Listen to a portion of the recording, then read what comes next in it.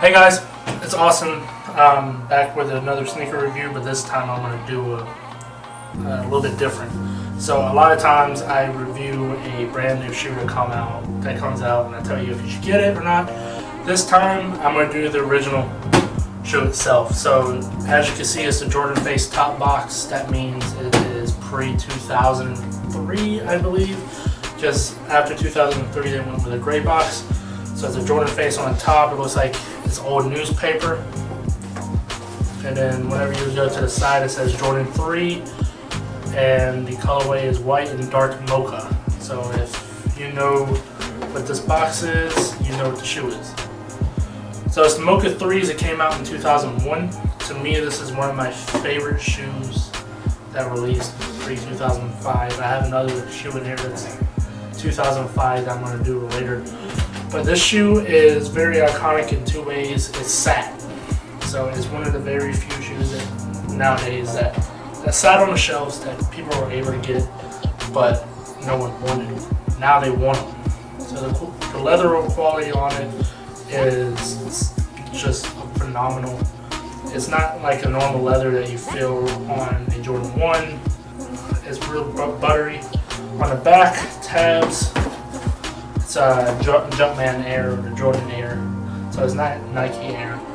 Back tabs are starting to crack due to age.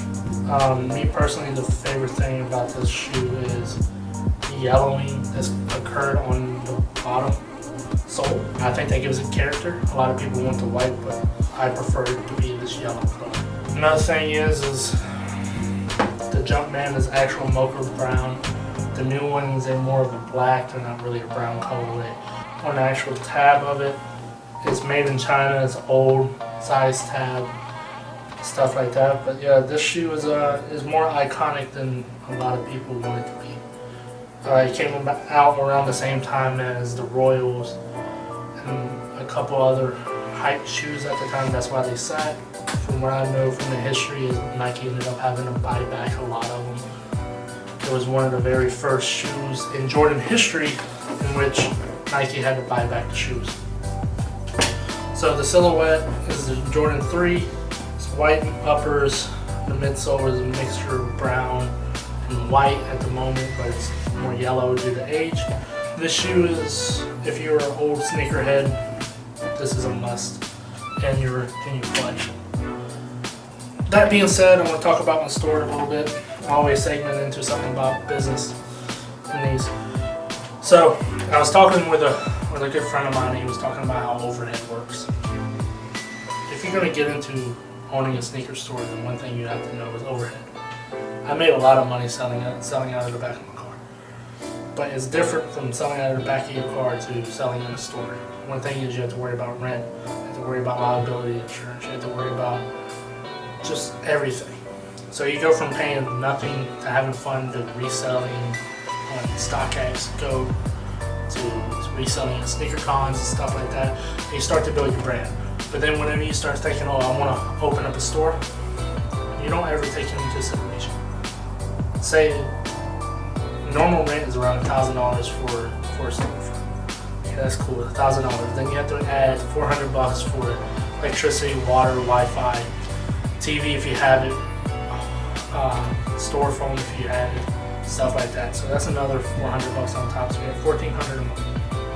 Then you add in insurance, depending on what coverage you have. It's between $75 and $300. So it gets a little bit pricey. So I'm saying if you're going to do this, know what you're getting into. Don't get into it alone. I did it because I built up a name and I built up assets to where I can put into the store. I have connections that will help me. So just if you're going to do this, think it through. Other than assets, you have to worry about constantly buying all the time. And that being said, I do buy a lot, but I don't buy from everybody. Instead of saying, oh no, I can't take it, tell them to bring it in another day. One thing I've noticed is don't ever tell someone that they have a fake shoe in front of people. To me, that's disrespectful. What I tell them is I can't buy this shoe at this certain time, and then I tell them why. If they start to question it, then I tell them, man, it's fake, and then that's when they start questioning your knowledge. So if you're gonna own a store, make sure your shoe knowledge is up to date. One thing I always tell people is you don't know how many fake Yeezys there are until they come in. I've had fake Yeezys that will fool me at first, and then I had to call them back in to come get them. But I had fake Yeezys that will hurt my thumb by pushing on the boost. So it's a lot. Okay, so if you're gonna get into this, just make sure that you know what you're getting into, and just be aware. Okay, go into other stores, see how they do it. Come to my shop, I'll help you. All right, come here. I will give you my knowledge. I've been selling shoes for over 10 years. I've seen the market go up and down all the time.